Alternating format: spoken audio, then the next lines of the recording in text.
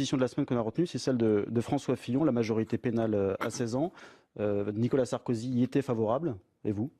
J'y ai toujours été plutôt favorable, mais enfin, là encore, vous savez, nous allons lire un président de la République, la cohérence du parcours, la cohérence du discours, la cohérence des idées sont sans doute les critères les plus importants.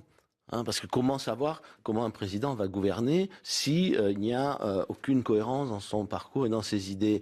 Alors on peut changer d'idée, mais à ce moment-là, il faut l'assumer et il faut expliquer pourquoi. François Fillon a été de ceux, et sans doute l'un des plus déterminants, des plus décisifs adversaires, au moment où la question s'est posée sous le quinquennat de Nicolas Sarkozy, de l'abaissement de la majorité pénale à 16 ans. Bon, il s'est renié, François Fillon? Écoutez, là, il dit exactement le contraire.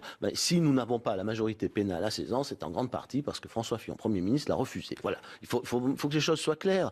De même qu'il a dit il y a quelques mois ou un an environ que la colonisation était un crime. Bon, moi, je n'ai jamais dit ça, jamais pensé ça. J'ai pensé que c'était une faute, mais pas un crime. Et maintenant, il hurle que la déclaration de M. Macron est un scandale. On a le droit de changer, on a le droit d'évoluer, en fonction des circonstances, en fonction de sa propre expérience, sa propre réflexion, mais pas de passer comme ça d'une position à une autre pour des raisons d'opportunité, et puis de changer complètement quand le bateau coule dans la panique. Henri Guénaud, je vous coupe, il est 8h47.